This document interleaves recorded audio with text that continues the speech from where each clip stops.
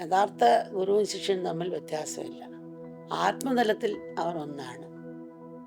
അതായത് ഒരു നദിക്ക് അക്കരയെന്ന് ഇക്കരയെന്ന് രണ്ട് കരകളുണ്ട്. അത് വെള്ളമുള്ളതുകൊണ്ടാണ് അക്കരെ ഇക്കര വന്നത്. വെള്ളമില്ല അക്കരെ ഇക്കരയില്ല. അഹങ്കാരമുള്ളിടത്തോളം ഞാനെന്ന ഭാവമുള്ളത്തോളം ആയിട്ടാണ് രണ്ടായിട്ട് തോന്നുന്നത്. അത് വിട്ടാൽ രണ്ടില്ല. ആത്മതലത്തിൽ ഒന്നാണ്. അപ്പം അതുപോലെ ഭഗവാനും ഭക്തനും ഗുരുവും ശിഷ്യനും ആത്മതലത്തിൽ ഒന്നാണ്.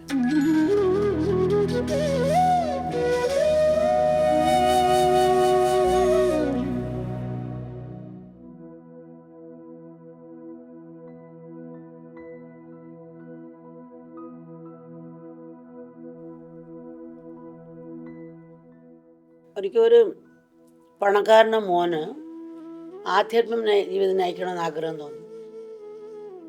അപ്പോൾ അദ്ദേഹം ഗുരുവിനെ പോയി സമീപിച്ചു. എനിക്ക് ആത്മീയ മാർഗത്തോട് താല്പര്യം തോന്നുന്നു, അങ്ങ് സ്വീകരിക്കണം എന്നെയെന്ന് പറഞ്ഞു.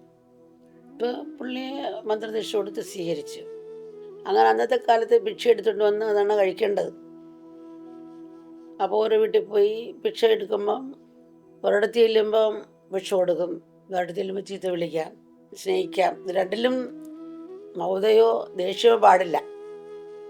അതൊരു സാധനയാണ്. മാനവും മാമൂലും ലജ്ജയും ക്ലേശവും ഞാൻ ഉപേക്ഷിക്കുന്ന നാളെന്ന് വരും.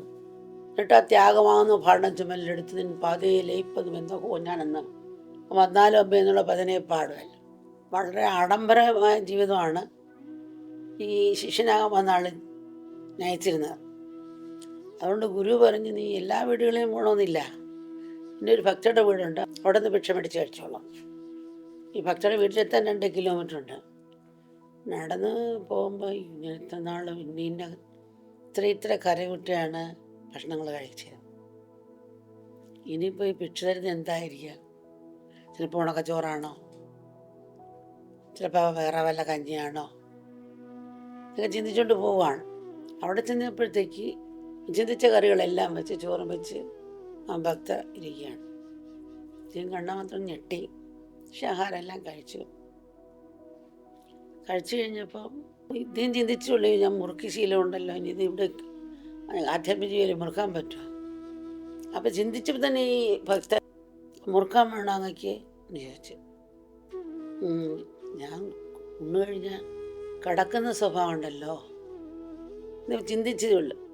അപ്പോൾ ഈ ആ ഭക്ത പറഞ്ഞ് അങ്ങ് കുറച്ച് നേരം കടന്നിട്ട് പോകണം, നല്ല ഒരുക്കിയിട്ടുണ്ട്. ഇപ്പം കിടന്നു കുറച്ച് കഴിയുമ്പോൾ ചാടി എഴുന്നേറ്റ്.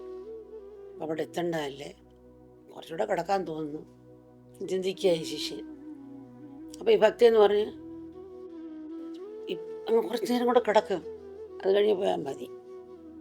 പിന്നെ കുറച്ച് നേരം കിടന്നു. പിന്നെ ഇപ്പം ഇനി മഴ പെയ്യുമോ, നല്ല വെയിലും ഉണ്ടല്ലോ. അപ്പം ചിന്തിച്ചപ്പോൾ തന്നെ ഈ ഭക്ത ഞാൻ കുട എടുത്ത് വെച്ചിട്ടുണ്ട്, ആ കുട എടുത്തുകൊണ്ട് പോകും, മഴ നല്ല വെയിലാണ്, മഴയും പെയ്യാൻ സാധ്യതയുണ്ട്, കുട കൊണ്ടുപോകും. അങ്ങനെ കുടയും പിടിച്ച് ഇവിടെ എത്തി. ഇതിൻ്റെ ഞാൻ ചിന്തിച്ചതെല്ലാം അവിടെ തന്നു, ചിന്തിച്ചതെല്ലാം ചെയ്തു തന്നു. ഇവർക്കെല്ലാം അറിയാമോ അതിനെപ്പറ്റി എന്നുള്ള ചിന്തയായി. ചിന്തയെല്ലാം അറിയുന്നുണ്ടോ എങ്ങനെയാണ് പേടിയായി. ഇന്നലെ ഇടയ്ക്ക് കയറി ഞാൻ എല്ലാ ദിവസവും കഴിക്കുന്ന മധുരപലഹാരം ഇന്നതാണ്. പിറ്റേ ദിവസം നിന്നപ്പോൾ വിചാരിച്ച മധുരപലഹാരം ചേർത്ത് കൊടുത്ത്. അപ്പം ഇത് ചിന്തിച്ച് അറിയുന്നുണ്ട്. ഭക്ഷണം കഴിച്ചിട്ടും കാറ്റ് കൊള്ളാറുണ്ട്, ഇച്ചിരി നേരം ഒന്ന് കാറ്റ് കൊണ്ടാ. അപ്പം ചിന്തിച്ചപ്പോൾ തന്നെ ഈ ഭക്ത വൃക്ഷങ്ങളുള്ള പാർക്കുണ്ട് ഇവിടെ, കുറച്ച് നേരം അവിടെ പോയി കാറ്റ് കൊണ്ടാൻ പറഞ്ഞു. അപ്പം ഇത് ചോദിച്ച് നിങ്ങളെൻ്റെ എല്ലാം ചിന്ത മനസ്സിലാക്കാൻ അറിയുന്നുണ്ടോ? അറിയാവുന്ന പോലെ ഒന്ന് ഞെട്ടിയൊരു. പിന്നെ ഇദ്ദേഹം തിരിച്ചു പോയപ്പോൾ ഗുരുവിനോട് പറഞ്ഞ് ഞാൻ അവിടെ പോകുന്നില്ല, എൻ്റെ എല്ലാ ചിന്തകളും ആ സ്ത്രീ അറിയുന്നുണ്ട്, അതുകൊണ്ട് ഈ പേടിയാണ്. ഈ സ്ത്രീയോട് എനിക്കൊരു ആകർഷണം തോന്നുന്നുണ്ട്, ഇങ്ങനെ പോയാൽ കഷ്ടമാണ്, നീ അവിടെ തന്നെ പോയി ഭക്ഷണം കഴിക്കണം. പിന്നെ ഇത് പോകുമ്പോൾ ഈ സ്ത്രീ എന്നെപ്പറ്റി എന്ത് ചിന്തിക്കും, ഇങ്ങനെ ആഹാര കൊതിയനാണ്, ആധ്യാത്മത്തിൽ വന്നിട്ട് ഞാനിങ്ങനെ ആകുന്നു, അത് വേണ്ട. ആധ്യാത്മജീവിയല്ലേ, വിശപ്പ് മാറിയാൽ മതിയല്ലോ, നീ ആവശ്യത്തിന് മാത്രം കഴിക്കുക. നാക്കിന് രുചി വിട്ടാലേ ഹൃദയത്തിന് രുചി അറിയാനൊക്കെ ഉള്ളു. നാക്കിലല്ലേ രുചി അറിയുന്നുള്ളു, തൊണ്ടയ്ക്ക് കിട്ടുവാൻ അത് ഭക്ഷണമല്ലോ, എല്ലാം മലമായ മുത്രമായിട്ടൊക്കെ മാറല്ലേ. എന്ത് ചിന്തിച്ചു അങ്ങനെ മനസ്സേ അത് വേണ്ട, അത് വേണ്ട, ചിന്ത വരണ്ട. ചിന്ത വരണ്ടെന്ന് മാറുന്നു, ചിന്ത മാറുന്നു, അങ്ങനെ മാറുന്നു. പിന്നെയും ഗുരു ആ വീട്ടിൽ തന്നെ വിടുക. ഈ സ്ത്രീയെ ഒന്ന് സൂക്ഷിച്ച് നോക്കി. ആ സ്ത്രീ തിരിച്ച് ചോദിച്ചുകൊണ്ട്, നിങ്ങൾ എന്താ ചിന്തിക്കുന്നത്? എനിക്കറിയാം നിങ്ങളുടെ മനോകാരം. ഈ ചിന്തയ്ക്ക് ശരിക്കും ശിക്ഷ കിട്ടും. അപ്പോൾ പെട്ടെന്ന് ചിന്തിച്ചു, ഭർത്താവുള്ള ഭാര്യയാണ്, ഞാൻ ആധ്യാത്മജീവിയാണ്, തെറ്റ് പാടില്ല. പെട്ടെന്ന് അത് നിയന്ത്രിക്കാൻ തുടങ്ങി. പിന്നെയും ഗുരു ആ വീട്ടിൽ തന്നെ വിടുക. പക്ഷേ പേടിച്ചിട്ട് ഓരോ ചിന്ത വരും, ഇത് ശരിയല്ല, എൻ്റെ ധർമ്മാനുസരിച്ച് ശരിയല്ല. ഇങ്ങനെ ചിന്തിച്ച് മാറ്റിപ്പോയി. സഹോദരിയായി തന്നെ കാണാൻ സാധിച്ചു. പിന്നെ ആഹാരങ്ങൾ എന്തു കൊടുത്താലും സ്വീകരിക്കാനുള്ള മനസ്സ് കിട്ടി. സമയത്തെ പ്രായോഗികമാക്കാനും അങ്ങനെ ശീലിച്ചു. ഈശ്വരന മനസ്സാക്ഷി എല്ലാത്തിനും സാക്ഷിയായിരിക്കും. ഓരോന്നും അറിയുന്നുണ്ട്, കാണുന്നുണ്ട്. ആ കോർട്ടിൽ ഇതെല്ലാം പിടിക്കുന്നുണ്ട്, എല്ലാ ചിന്തകളും. ഇതല്ല കാണുക, അതല്ല നീ ആത്മഹത്യത്തിലേക്കാണ് ഉറച്ചേക്കേണ്ടത്. ആ ഒരു ഭാവം വന്ന് നേതി തന്നെ കണ്ണാടിയായി തൻ്റെ രൂപത്തെ തനിക്ക് തന്നെ കണ്ണാടി കൂടെ കാണാൻ സാധിച്ചു. അതുപോലുള്ളൊരു ഭാവം നമ്മൾ ഉണർത്തിയെടുക്കണം. ഒരു അന്ധൻ നടക്കുമ്പോഴെപ്പോഴും കൈ ഇങ്ങനെ തൊട്ട് നോക്കി പാടി തപ്പി പോകും. കുഴിയുണ്ടോ, കുണ്ടുണ്ടോ, കല്ലുണ്ടോ, മുള്ളുണ്ടോ.